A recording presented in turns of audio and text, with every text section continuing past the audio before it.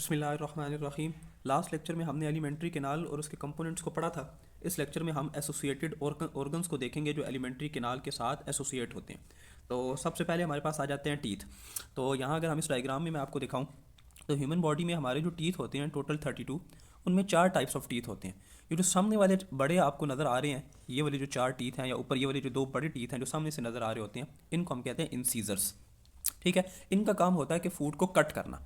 फिर उसके बाद इनके पीछे एक पेयर होता है टीथ का जिसे हम नाम देते हैं केनाइन टीथ। अगर मैं आपको इसको शो कराऊँ, ये वाला।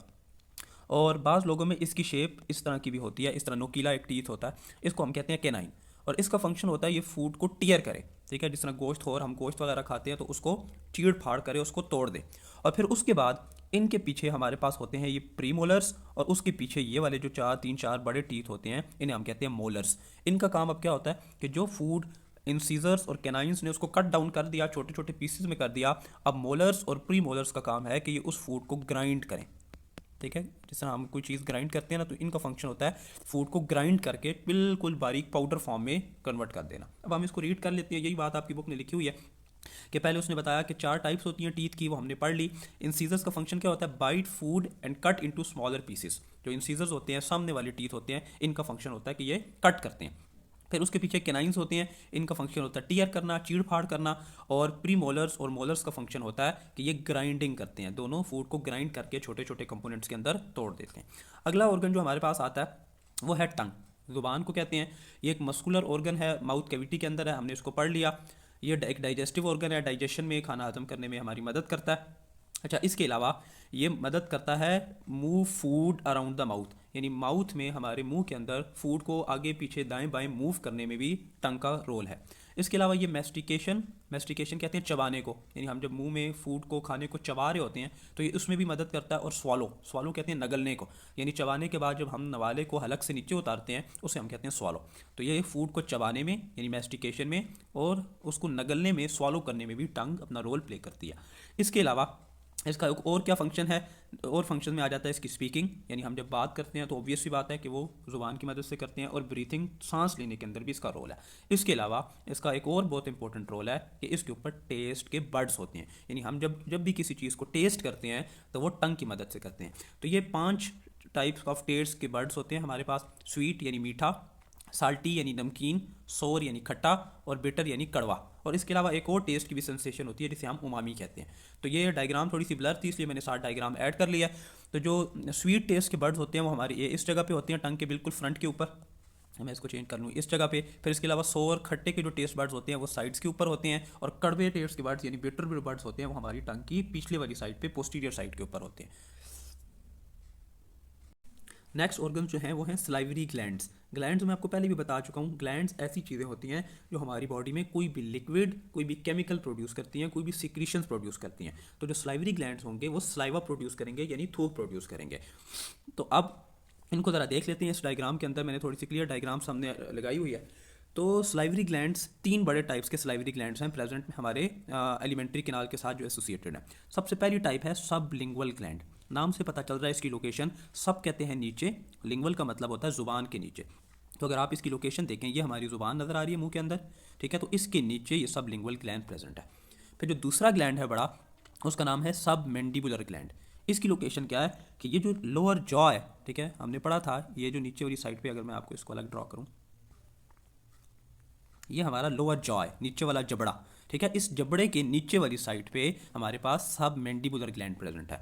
और ये जो दोनों ग्लैंड्स हैं, सब लिंगुअल और सब मैंडिबुलर, ये जो सलाइवा प्रोड्यूस करते हैं वो हमारे माउथ के नीचे वाली साइड से इंटर होता है, यानी जो हमारा माउथ का फ्लोर है, नीचे वाली जगह, उससे हमारे माउथ के अंदर इंटर होता है। तीसरा ग्लैंड जो हमारे पास है वो है parotid gland. Parotid gland present होता है, ये जो हमारे ईयर्स हैं, कान हैं, इनके बिल्कुल फ्रंट पे, नीचे वाली साइड पे। और ये जो स्लाइवा प्रोड्यूस करता है, ये एक डक्ट के ज़रिए, यानी एक नाली के ज़रिए, जो अपर मोलर्स हैं, ऊपर वाले जो मोलर्स टीथ हैं, उनके साथ जाके माउथ के अंदर ड्रेन हो जाता है, माउथ के अंदर जाके गिर जाता है।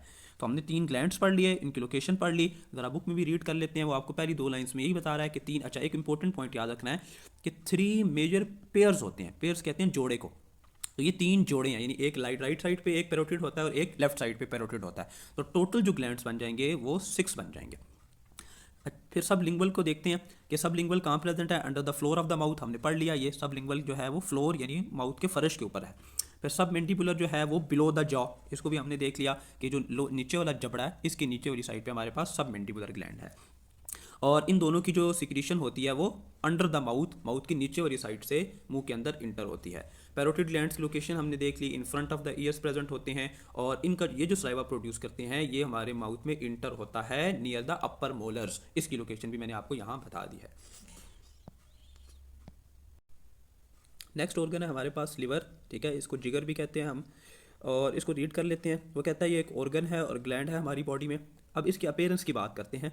इट इज़ स्पंजी, स्पंजी का मतलब होता है ये स्पंज की तरह है, ठीक है, जिस तरह हम घर में इस्तेमाल करते हैं ना बर्तन वगैरह धोने के लिए स्पंज, ठीक है। इसकी अपीयरेंस उस जैसी होती है, वेज शेप्ड। वेज शेप्ड के मैंने आपके सामने एक डायग्राम ड्रॉ की हुई है, तो आप इसको देख सकते हैं कि लिवर की शेप इस तरह की होती है और इसका ये इस तरफ एक शार्प किनारा होता है जिसे हम नाम देते हैं, इस पूरी शेप को हम नाम देते हैं वेज शेप।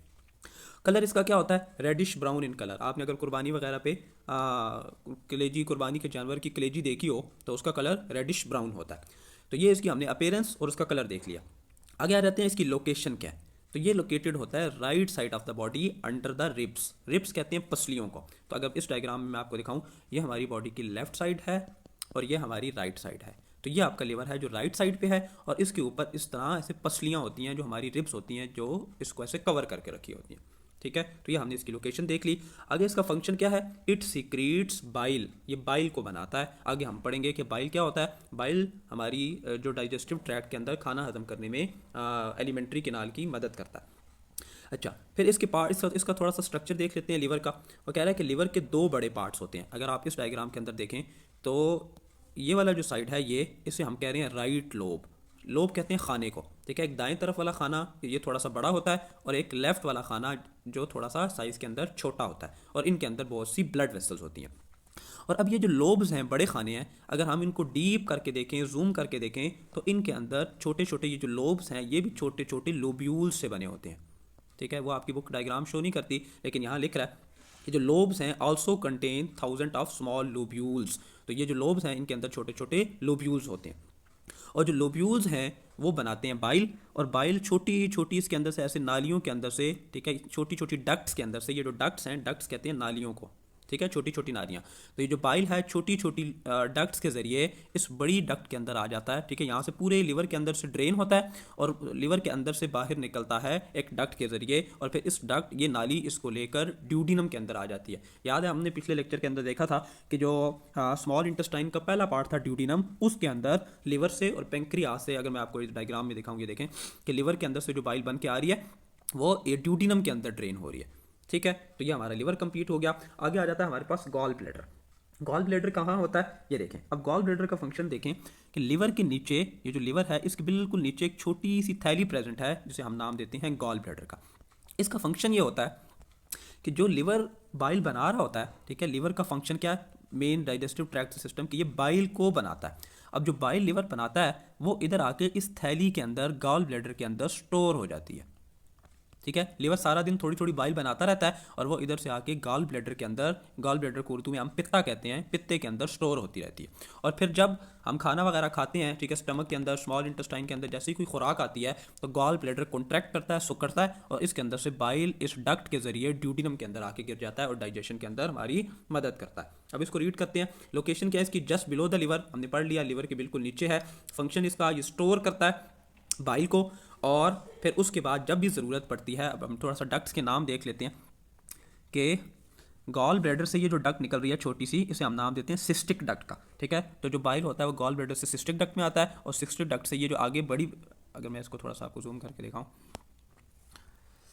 अच्छा, तो ये देखें, ये जो छोटी सी वेसल्स निकल रही है ना ये वाली, ठीक है, ये है सिस्टिक डक्ट। और फिर सिस्टिक डक्ट, ये जो बड़ी वेसल है, ये जो बड़ी डक्ट है, इसके अंदर जब आती है इसे हम नाम देते हैं कॉमन बाइल डक्ट का। तो जो बाइल है वो गॉल ब्लैडर से निकलता है, पहले सिस्टिक डक्ट में आता है, फिर सिस्टिक डक्ट से कॉमन बाइल डक्ट में आता है और कॉमन बाइल डक्ट ड्यूडिनम के अंदर ड्रेन हो जाती है। आखिरी ऑर्गन जो आ जाता है हमारे पास वो है पेंक्रियाज। पेंक्रियाज की लोकेशन सबसे पहले देखते हैं।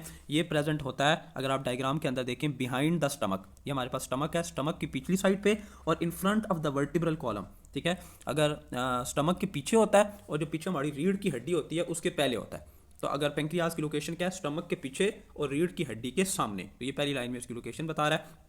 It is surrounded by gall bladder, liver and spleen. इसके गिर्द लिवर होता है, स्प्लीन होता है। अच्छा, अब इसके पार्ट्स हमने देखने हैं। ये जो पेंक्रियाज है इसका ये जो लेफ्ट साइड वाला पोर्शन होता है, ये वाला, इसे हम नाम देते हैं हेड का, और ये जो लंबी सी इस तरफ जा रही है, ये है इसकी टेल। तो यहाँ आपकी बुक बताती है कि जो हेड है, अगर यहाँ डायग्राम में देखें, जो पेंक्रियास का हेड है वो है राइट साइड के ऊपर, और जो इसकी टेल है वो है इसकी लेफ्ट साइड के ऊपर। तो यहाँ ये बता रहा है कि हेड है वो राइट साइड के ऊपर है, और टेल ऑफ द पेंक्रियास है वो लेफ्ट साइड के ऊपर है। तो यहाँ तक हमने एसोसिएटेड ऑर्गन्स को ख़त्म किया। नेक्स्ट लेक्चर में हम इसे अगले टॉपिक्स को देखेंगे इंशाल्लाह।